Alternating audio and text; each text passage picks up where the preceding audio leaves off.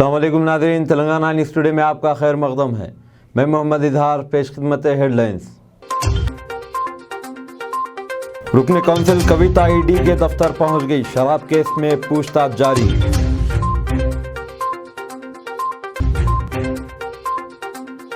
हैदराबाद में फिल्म देखने के दौरान खम्मम के नौजवान की हार्ट अटैक से मौत। तेलंगाना बीजेपी के सदर बंडी संजय के खिलाफ एमएलसी कविता पर नामुनासिब तबसरों पर मुकदमा दर्ज। मोदी हुकूमत केसीआर खानदान को निशाना बना रही है, बैरिस्टर असदुद्दीन ओवैसी।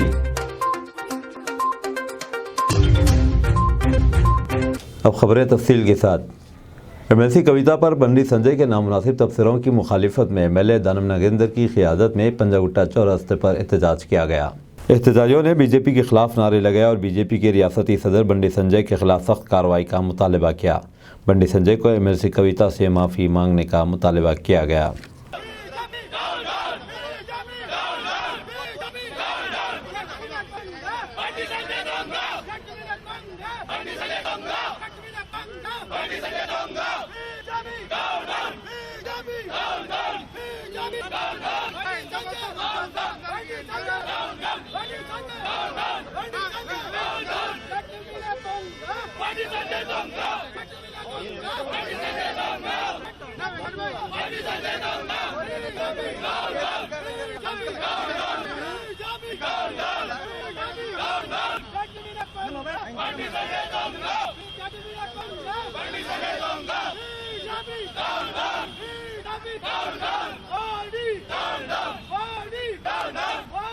అక్క చెల్లెలను ముద్దు పెట్టుకోమంటే ఎట్లా ఉంటుంది ఒకసారి ఆలోచించాలి. ఒక స్త్రీని పట్టుకొని ఏ స్త్రీ అయితే ఈ రాష్ట్రం అంతా దేశమంతా కూడా బంగారు తెలంగాణ వచ్చిన తర్వాత రాకముందు తెలంగాణ జాగృతి కార్యక్రమాన్ని మొదలుపెట్టి దేశ విదేశాలలో కూడా మన సాంప్రదాయాన్ని మన సంస్కృతిని బతుకమ్మల ద్వారా మొత్తం దేశం ప్రపంచంలో ఉన్నటువంటి అందరినీ మహిళల్ని జాగృతి చేసినటువంటి ఘనత కవితకు దక్కింది. మరి ఒక వీరపుత్రుడు అయినటువంటి కేసీఆర్ గారి పుత్రిక ఏదో మీరు భయపడతారు అనుకో, ఈడీ నోటీసులు ఇచ్చి అవి ఇచ్చి భయపడతారు అనుకోకు. ఆమె ఒక రుద్రమదేవి లాగా తప్పకుండా విజృంభిస్తుంది, తప్పకుండా గుణపాఠం చెప్తుంది. బండి సంజయ్కి మాత్రం మేము వార్నింగ్ ఇస్తా ఉన్నాం.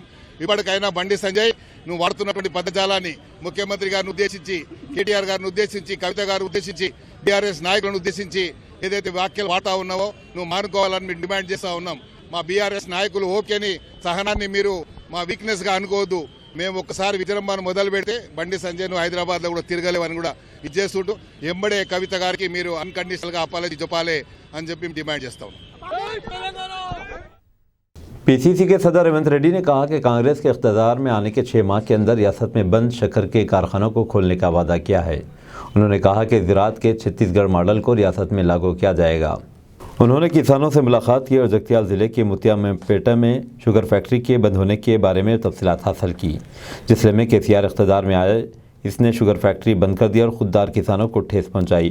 उन्होंने तनकीद करते हुए कहा कि केसीआर ने असम्बली में ऐलान किया कि शुगर फैक्ट्री बाप का खातिमा है। अगर ऐसा होता है तो तेलंगाना में केसीआर का इख्तियार भी बाप का खातिमा होगा। क्या आप 3 लाख करोड़ के बजट वाली रियासत में चीनी का कारखाना नहीं चला सकते? उन्होंने केसीआर पर तेलंगाना में ज़राअत के शोबे को नुकसान पहुँचाने का इल्ज़ाम आयद किया। ముఖ్యమంత్రిని అబ్కీ బార్ కిసాన్ సర్కార్ అంటున్నావు కదా, దాని అర్థం ఏందని? అబ్కీ బార్ కిసాన్ సర్కార్ అనాలంటే తెలంగాణ రాష్ట్రంలో పండించిన ప్రతి పంటను చివరి గింజ వరకు ప్రభుత్వం కొన్నప్పుడు గిట్టుబాటు ధర ఇచ్చినప్పుడు అబ్కీ బార్ కిసాన్ సర్కార్ అనొచ్చు. ఏ పంట వద్దు కంప్లీట్గా క్రాప్ హాలిడే అంటుండు. తెలంగాణలో వ్యవసాయాన్ని చంపేయాలనే కుట్ర పన్నుతున్నాడు. కొత్త సంవత్సరం, కొత్త ప్రభుత్వం, కాంగ్రెస్ ప్రభుత్వం జనవరి 1, 2024 నాడు ఏర్పడుతుంది. 6 నెలలు తిరిగే లోపల మీ పరిశ్రమలు తెరిపించి మీ సమక్షంలో మళ్ళీ ఇక్కడనే కూర్చొని మీతోని కోడి గోపించుకొని అంకాపూర్ కోడి, నాటుకోడి ఇక్కడనే తిని అంతకుమించి మీ నుంచి ఆశించేది లేదు మిత్రులారా. हैदराबाद के सिकंदराबाद कारखाना पुलिस स्टेशन की हदूद में एक सरकारी टीचर ने एक तालिबा की नींद में खलल डालने पर स्केल से पिटाई का वाक़या पेश आया।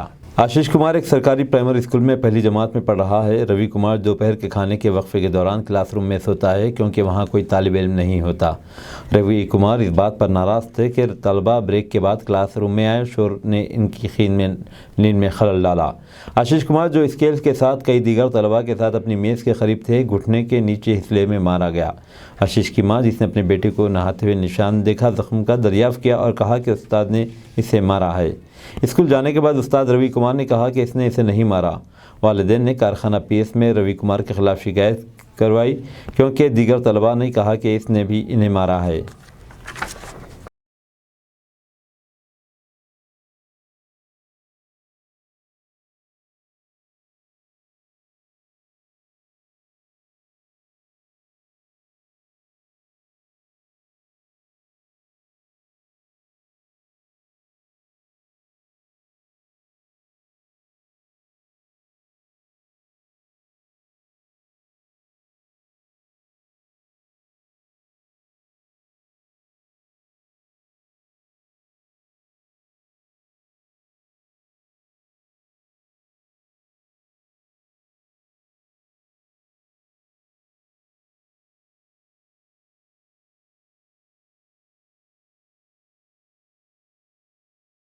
पीसीसी के सदर कारगुजार सदर अजहरुद्दीन ने जिले कामारेड्डी के अपने दौरे के दौरान अपने ख्यालात का इजहार किया। अजहरुद्दीन ने ऐलान किया कि अगर पार्टी क़यादत ने मौका दिया तो कामारेड्डी असम्बली से इलेक्शन लड़ेंगे। कामारेड्डी ज़िले के लिंगमपेटा में अजहरुद्दीन की मौजूदगी में कई लोगों ने कांग्रेस पार्टी में शमूलियत इख्तियार की।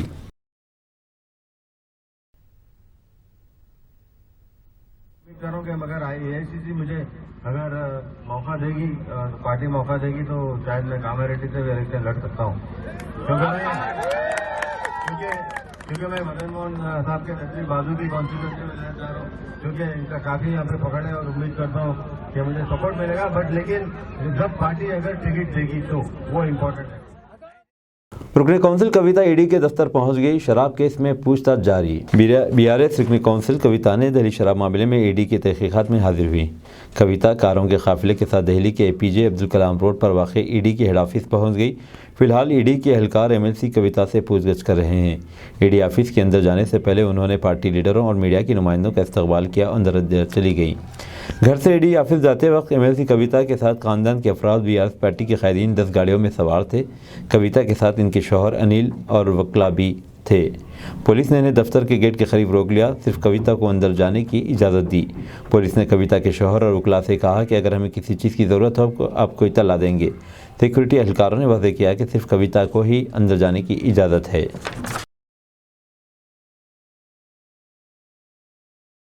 फिल्म देखने के दौरान खम्मम के नौजवान की हार्ट अटैक से मौत। जिले खम्मम से ताल्लुक़ रखने वाले एक सॉफ्टवेयर इंजीनियर की हैदराबाद की थिएटर में फिल्म देखने के दौरान हार्ट अटैक से मौत हो गई। 10 मार्च को 26 साल मुरली कृष्णा फिल्म देखने के दौरान अपनी सीट पर गिर पड़ा। दोस्त खौफजदा हो गए और उसे फौरी अस्पताल ले गए। डॉक्टरों ने बताया कि वो पहले ही मर चुका है। डॉक्टरों ने बताया कि नौजवान की मौत दिल का दौरा पड़ने से हुई।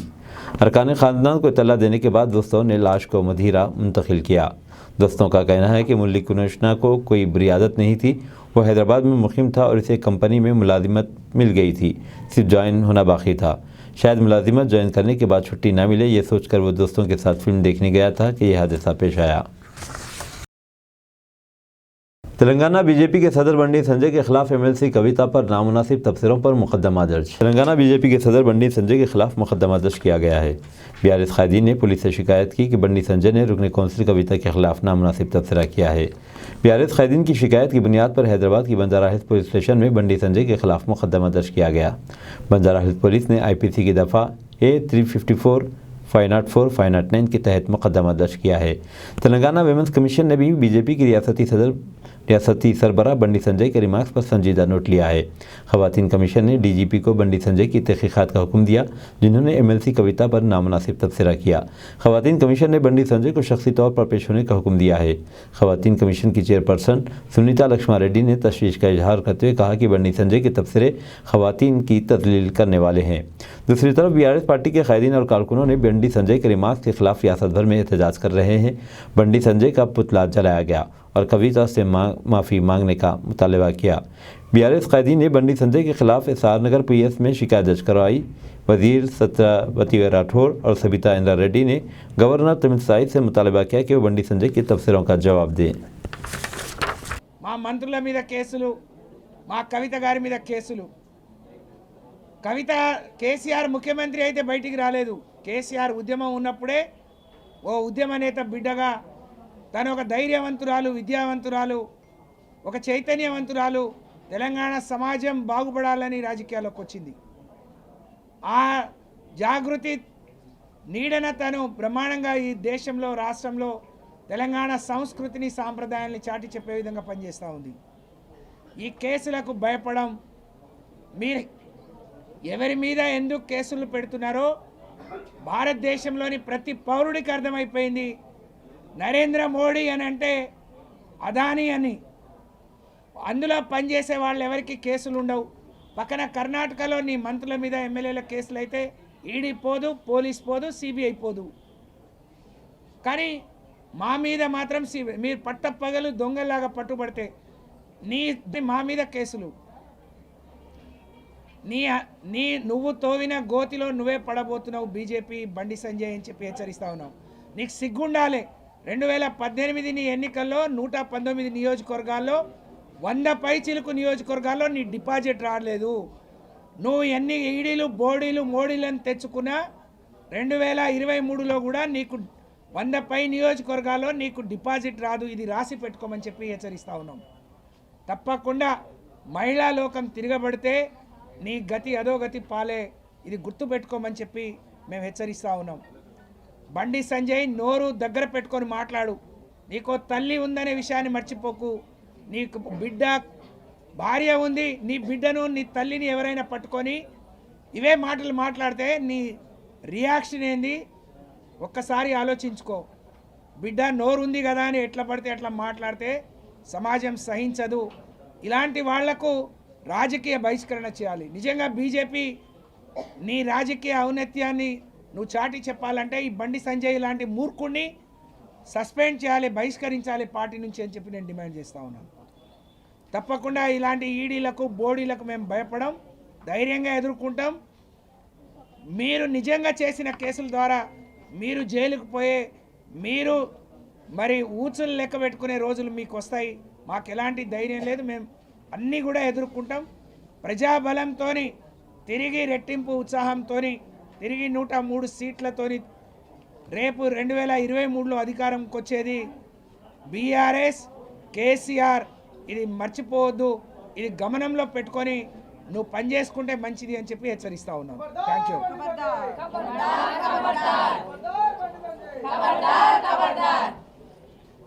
ఇంకో చిన్న విషయం, ఈరోజు తెలంగాణలో చీమ చిటుకుమన్న మరి గౌరవనీయులు మా గవర్నర్ గారు స్పందిస్తూ ఉంటారు. మరి జరుగుతున్న పరిణామాల మీద బండి సంజయ్, కవిత పట్ల చేసిన అనుచిత వ్యాఖ్యల పట్ల గవర్నర్ గారు ఏం మాట్లాడతారో అని కూడా తెలంగాణ సమాజం మాట్లాడితే మహిళలంటే గౌరవం లేదనుకుని మాట్లాడే గవర్నర్ గారు, మీకు ఏ పార్టీ గౌరవం ఉంది మహిళల పట్ల? మహిళలంటే కవిత గారు మహిళ కాకుండా పోరు. మరి మీకే పార్టీ గౌరవం ఉంది? బీజేపీకి గౌరవం లేదని తేట తెల్లమైంది. గవర్నర్ గారి ఆలోచన ఏంది, గవర్నర్ గారి ఉద్దేశం ఏందో మరి మీడియా కానీ తెలంగాణ సమాజం తెలుసుకోవాలనుకుంటుంది. అది కూడా వ్యక్తపరిస్తే మంచిదని చెప్పి నేను కోరుతా ఉన్నాను. आदिलाबाद में पागल कुत्ते के हमले में 7 अफराद जख्मी। तेलंगाना के आदिलाबाद शहर में एक पागल कुत्ते के हमले में 7 अफराद शदीद जख्मी हो गए। हफ्ते की सुबह एक पागल कुत्ते ने शहर मुस्तकिल आदिलाबाद की आदर्श नगर और खुजा कॉलोनी में काम में मसरूफ लोगों पर अलग अलग हमला कर दिया। इनमें से 7 को पागल कुत्ते ने काट लिया, जो शदीद जख्मी हो गए। मकामी लोगों ने उन्हें फौरी तौर पर बचाकर रिम्स अस्पताल पहुँचाया। अब भी कॉलोनी के मकीन चाहते हैं कि हुकाम फौरी जवाब दें और हिफाजती इक़दाम करें।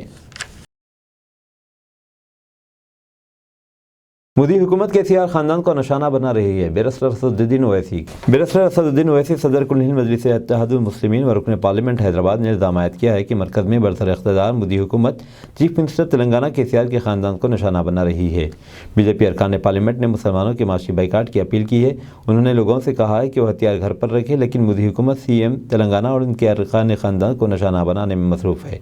उन्होंने ट्विटर पैगाम में बीजेपी हुकूमत की ऊँची सियासत पर तनकीद की। सदर मजलिस ने मज़ीद लिखा कि मोदी हुकूमत तेलंगाना हुकूमत और सीएम के सीआर के खानदान को निशाना बना रही है, जो तेलंगाना की जामे तरक्की के लिए काम कर रहे हैं।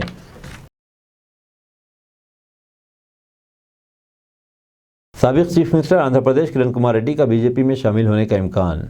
मुत्तहिदा आंध्र प्रदेश के साबिक chief minister Nallari Kiran Kumar Reddy BJP में शामिल होने वाले हैं। आंध्र प्रदेश की तकसीम के बाद उन्होंने कांग्रेस से मुस्तफ़ी हो गए थे और अपनी पार्टी बनाई और सिर्फ आंध्र प्रदेश में इंतखाबात में मुकाबला किया था। मुतवक्किल नताइज न मिलने के बाद वो दोबारा कांग्रेस पार्टी में शामिल हो गए। किरण कुमार रेड्डी कुछ अरसे से खामोश हैं। दरअसल इत्तलात मौसूल हुई हैं कि किरण कुमार रेड्डी कांग्रेस पार्टी से इस्तीफ़ा देकर 2 दिन में बीजेपी में शामिल हो जाएंगे। मुसद्दिक़ा इत्तलात के मुताबिक तेलंगाना में इंतखाबात के पेश नज़र बीजेपी ने किरण कुमार रेड्डी को पार्टी में शामिल होने की दावत दी है।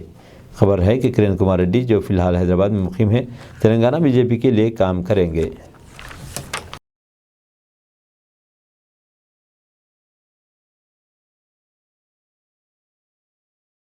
त्रिपुरा में अरकान पार्लियामेंट की टीम पर हमला करने वाले 3 अफराद गिरफ्तार। त्रिपुरा पुलिस सपाहिजाला ज़िले में विशालगढ़ के नीहल चंद्रनगर में इंतखाबी नताज के बाद होने वाले तशद्दुद के मुतासरीन से मिलने गई बाएं बाजू कांग्रेस एमपी टीम पर हमला करने वाले 3 लोगों को जुमा की रात गिरफ्तार किया। दरअसल कांग्रेस वाले फ्रंट के एक वफद ने रियासती गवर्नर सत्यदेव नारायण आर्या से मुलाकात की और उन्हें सूरत हाल से आगाह कराया। पुलिस ने कहा कि बज़ाहिर यह वाक़या रियासत को बदनाम करने के लिए सियासत से मुतासिर है। उन्होंने कहा कि इस हमले में मुलविस तकरीबन 10 दीगर अफराद की तलाश जारी है। पुलिस गुज़िश्ता 3 हफ्तों में पोलिंग के बाद होने वाले तशद्दुद के हर वाक़े की भी तहक़ीक़ात कर रही है। भारतीय जनता पार्टी के ज़राए नेता हम दावा किया कि वज़ीर आला डॉक्टर मानिक साहब की मुखालिफत करने वाला पार्टी का एक धड़ा इंतखाबात के बाद तशद्दुद में शामिल था। ख़ासतौर पर मरकज़ी हुकूमत के सामने वज़ीर आला को बदनाम करने के लिए मेंबरान पार्लियामेंट पर हमला किया गया। सिपाहीजाला ज़िले के पुलिस सुप्रिटेंडेंट बोगाती जगदीश्वर रेड्डी ने बताया कि इब्तदाई तहक़ीक़ात के बाद कल रात अरकान असम्बली पर हमला करने के इल्ज़ाम में गिरफ्तार 3 अफराद की शिनाख्त निकुंज सूत्रधार, स्वप्ना दास और नीताई दास के तौर पर की गई है।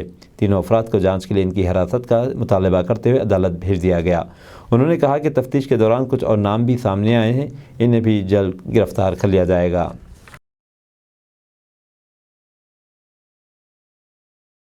मैं महागठबंधन का हिस्सा हूँ, इसलिए लालू खानदान के खिलाफ हुई छापामारी। नीतीश कुमार। बिहार के वज़ीर आला नीतीश कुमार ने हफ्ते को कहा कि साबिक़ मरकज़ी व रेलवे के वज़ीर लालू प्रसाद यादव और उनके साथियों के इहाते पर इन्फोर्समेंट डायरेक्टरेट के छापे इनके रियासत में महागठबंधन अज़ीम इत्तेहाद का हिस्सा होने का नतीजा है। नीतीश कुमार ने कहा कि 2017 के बाद से 5 साल तक कोई छापा नहीं मारा गया। अब ऐसा क्यों हो रहा है?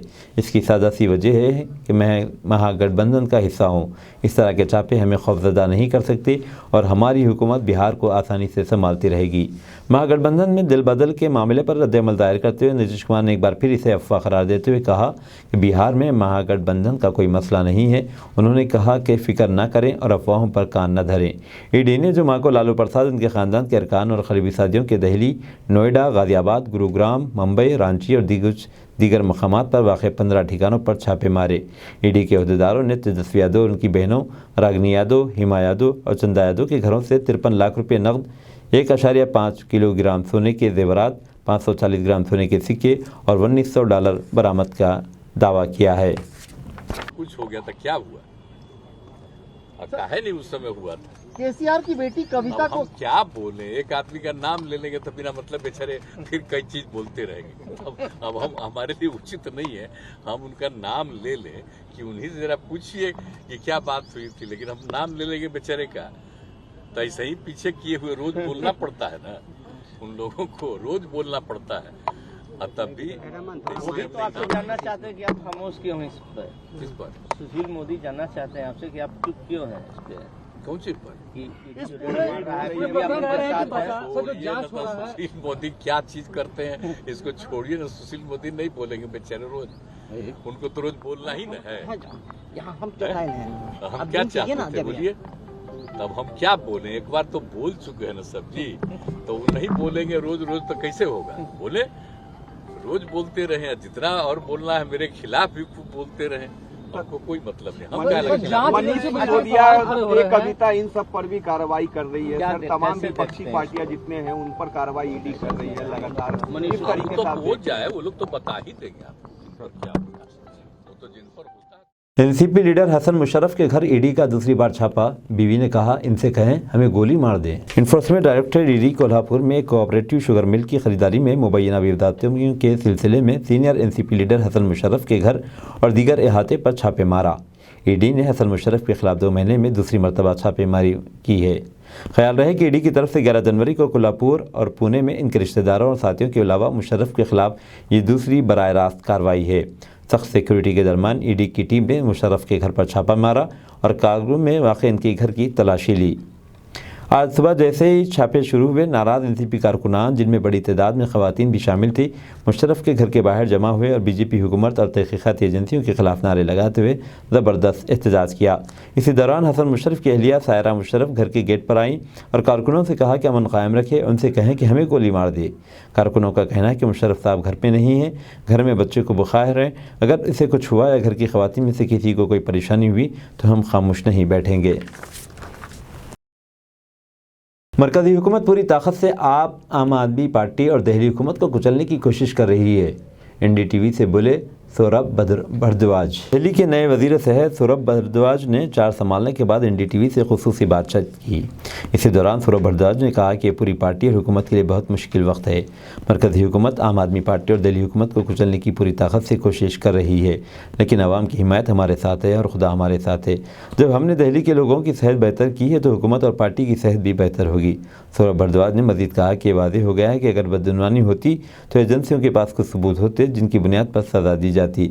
आज आप अदालत में देखेंगे कोई सबूत नहीं और जमानत मिलनी थी।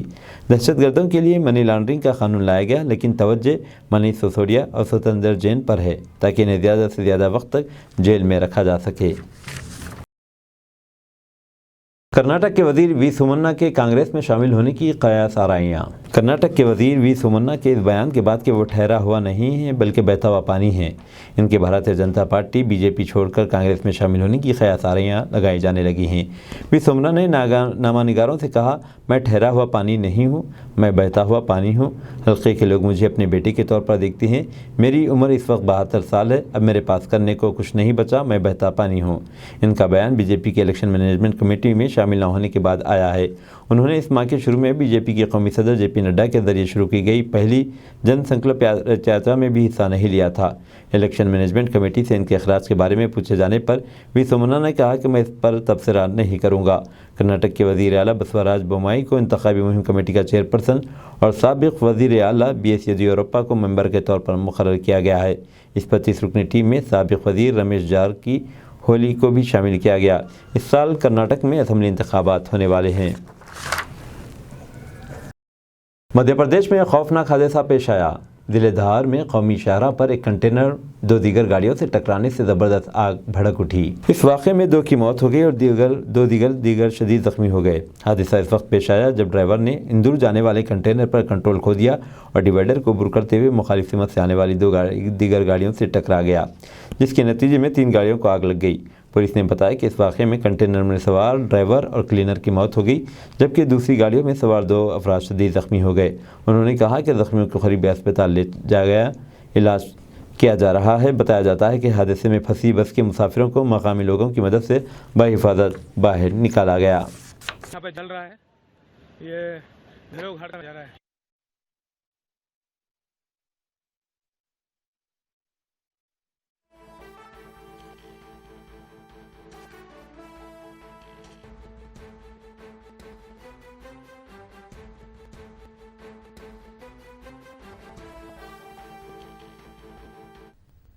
यहाँ पे जल रहा है, ये लोग घाट में जा रहा है।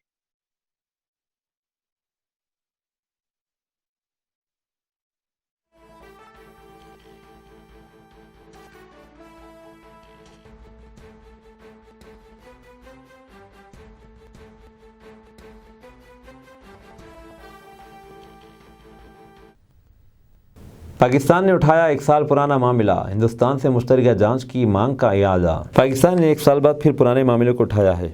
पाकिस्तान ने जुमा को हिंदुस्तान की जानिब से गलती से सुपरसोनिक ब्रह्मोस मिसाइल दागे जाने की मुश्तरका जांच का अपना मुतालिबा दोहराया है और 1 साल पहले इस वाक़े पर नई दिल्ली से इत्मीनान बख्श कार्रवाई का मुतालिबा किया है। इस्लामाबाद के खारजा दफ्तर ने राजस्थान के सूरतगढ़ से ब्रह्मोस मिसाइल दागे जाने और 9 मार्च 2022 को पाकिस्तानी इलाके में इसके गिरने के 1 साल मुकम्मल होने पर एक बयान जारी किया है। हालांकि हिंदुस्तान ने इस मामले में कार्रवाई करते हुए हिंदुस्तानी फ़ज़ाइया के 3 अहदेदारों की खिदमात को गुज़िश्ता साल अगस्त में ख़त्म कर दिया था। एक कोर्ट ऑफ इंक्वायरी COI के दौरान पता चला था कि इनकी जानिब से स्टैंडर्ड ऑपरेटिंग प्रोसीजर्स SOP में इनहराफ की वजह से मिसाइल गलती से दागा गया था। पाकिस्तानी दफ्तर खारजा ने एक बयान में कहा है कि 1 साल गुजरने के बावजूद हुकूमत हिंद ने संगीन वाक़े की हक़ाइक़ को दुरुस्त तरीके से क़ायम करने के लिए मुश्तरका तहक़ीक़ात का पाकिस्तान का मुतालबा तस्लीम नहीं किया है। नहीं, हिंदुस्तान ने अपनी अंदरूनी तहक़ीक़ात के नताइज पाकिस्तान के साथ शेयर नहीं किए हैं। दफ्तर खारजा ने इल्ज़ाम लगाया कि हिंदुस्तान ने एक तरफ़ा और इजलत में नाम निहाद दाखिली तहक़ीक़ात को बंद कर दिया, जिसने हिंदुस्तान में अपने स्ट्रेटजिक हथियारों के कमांड एंड कंट्रोल सिस्टम पर संगीन सवालात खड़े कर दिए हैं।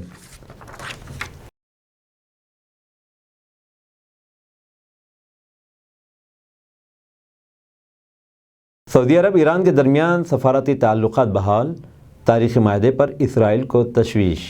सऊदी अरब के सरकारी ज़राए इब्लाग़ के मुताबिक चीन की सालिसी में सऊदी और ईरान के माबेन सफारती ताल्लुक़ात बहाल करने का मुआहदा तय पाया गया है।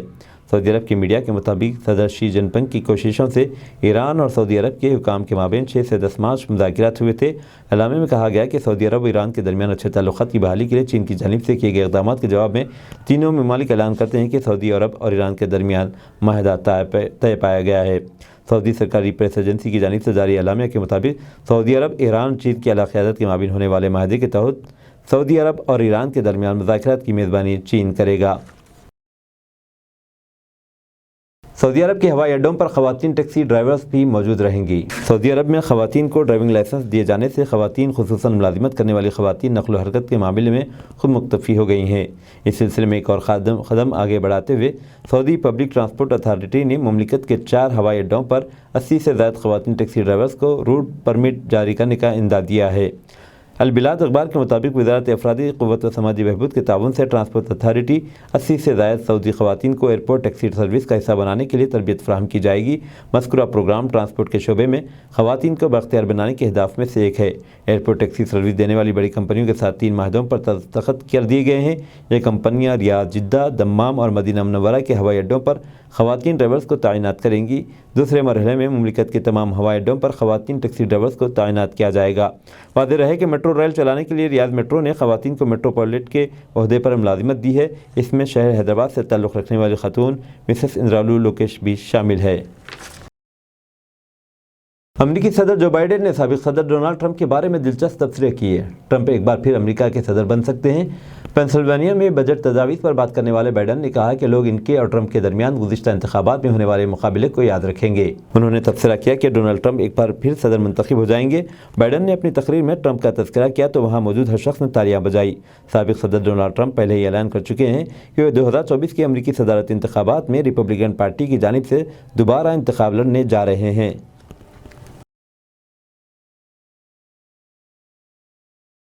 अब दीजिए इज़हारुल हक़ को इजाज़त। मिलते हैं अगले न्यूज़ बुलेटिन में।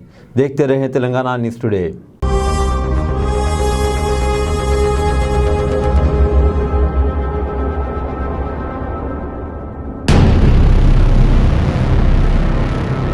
अस्सलाम वालेकुम, हेलो, हाय, आदाब एवरीवन। दोस्तों, मैं आपका दोस्त शहबाज खान। आप देख रहे हैं TNT न्यूज़ और देखते रहिए TNT न्यूज़। Thank you.